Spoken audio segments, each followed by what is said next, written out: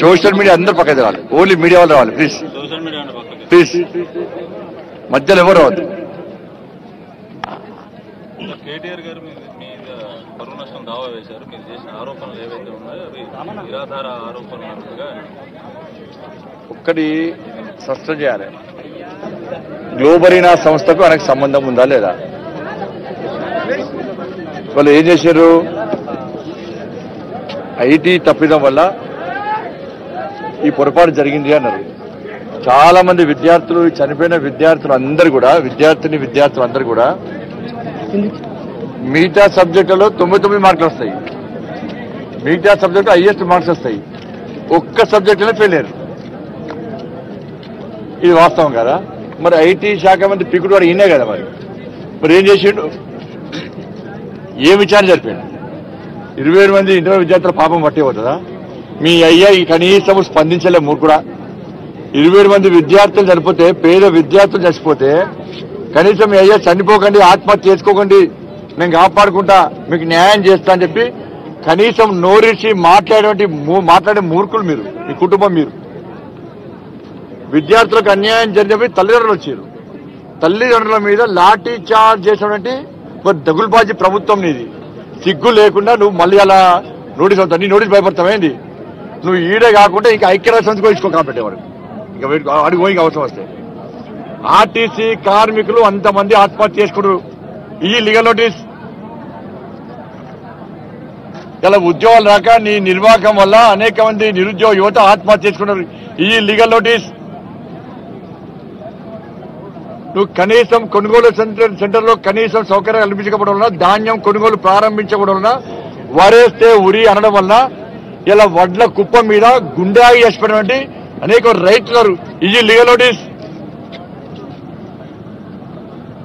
317 GO నుంచి ఉపాధ్యాయ ఉద్యోగ వర్గాలను ముప్పు తిప్పలు పెడితే ఇలా 10 మందికి మించి ఉద్యోగులు, ఉపాధ్యాయులు ఆత్మహత్య చేసుకున్నారు, అనారోగ్యం చనిపోయారు, ఈ లీగల్ నోటీస్. అసలు నీ మీద నీ కుటుంబం 420 కేసు పెట్టాలి ఫస్ట్ బిడ్డ. మీరంతా 420 కాదు, మీరందరూ కూడా. దళితులు ముఖ్యమంత్రి చేస్తాను చేయలే, 420. దళితులకు 3 ఎకరాలు ఇస్తాను, మోసం చేస్తావు, 420. బాబాసాహెబ్ అంబేద్కర్ విగ్రహాన్ని వెంటనే ప్రతిష్ఠిస్తాను, చేయలే, 420. ఇంటికో ఉద్యోగం ఇస్తాను, ఇవ్వలే, 420. నిరుద్యోగ వృత్తి ఇస్తాను, ఇవ్వలే, 420. రైతులకు రుణమాఫీ చేస్తాను, చేయలే, 420. ప్రాజెక్టుల నిర్మాణం వెంటనే ప్రారంభిస్తాను, చేయలే, 420. వాళ్ళ ప్రాజెక్టుల పేరుతోని, అభివృద్ధి పేరుతోని వేల కోట్ల రూపాయలు నువ్వు నీ కుటుంబం దండుకొని ఇవాళ వాగుతావు. నీకు ధైర్యం ఉంటే, నువ్వు తప్పు చేయలేదు అనుకుంటే, గ్లోబల్ అయిన సంస్థతో నీకు సంబంధం లేదు అనుకుంటే, నువ్వు వెంటనే సిబిఐ విచారణ లేఖ రాయి. రేపు నీ దమ్ముంటే రేపు రాయి, లేఖ రాయి, సిబిఐ విచారణ లేఖ రాయి. అన్ని తెలుసు బిడ్డ, నీ తతంగం అంతే తెలుసు.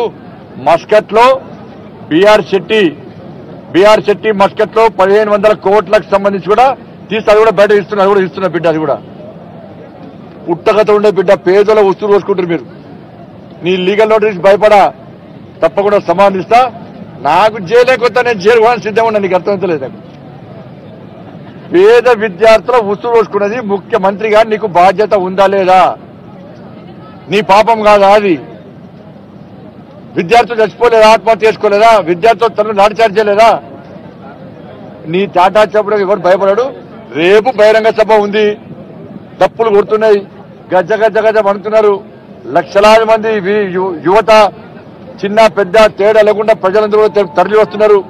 అమిత్ షా గారి బహిరంగ సభ రేపు బ్రహ్మాండంగా జరగబోతున్నది. ఇంటెలిజెన్స్ రిపోర్ట్స్ ఇచ్చిండ్రు. ఇక ఏం పోలు ఒక పొద్దు ఒక పీకుడు పని ఏం లేదు వాళ్ళకు. ఏం చేసి లీగల్ నోటీస్. నేను 5 సంవత్సరాలు 7 సార్లు జైలుకి పోయినా. నువ్వేం చేస్తున్నావు చెప్పు? 5 సంవత్సరాలు 7 సార్లు జైలుకి పోయినా. ప్రజా సమస్యల మీద లాఠీ దెబ్బలు తిన్నా.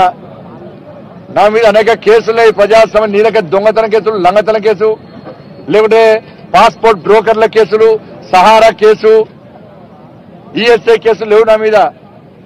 అది గుర్తుంచుకోసారి.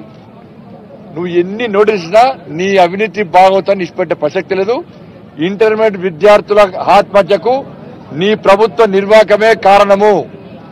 గ్లోబల్ ఫైనాన్స్ సంస్థకు నీకు సంబంధం లేదు అంటే, వాడు నీకు పరిచయం లేదు అంటే, ఆ స్కామ్ తో నీకు సంబంధం లేదు అంటే, నువ్వు ఐటీ శాఖ మంత్రి కాదు అంటే, నువ్వు వెంటనే సిబిఐ విచారణకు ఒప్పుకో, లేఖ రాయి. అంతే తప్ప నీ తాటాకు చెప్పడం భయపడే ప్రసక్తి లేదు. బండి సంజయ్ అంటే భయపడడు, భారతీయ జనతా పార్టీ భయపడదు. చేస్తా, అన్ని తెలుసు, అన్ని ఆయన తెలుసు, అది చేస్తా. అది కూడా మేడం బిఆర్ శెట్టి అంటే తెలుసు, గజాగజం అంటాడు.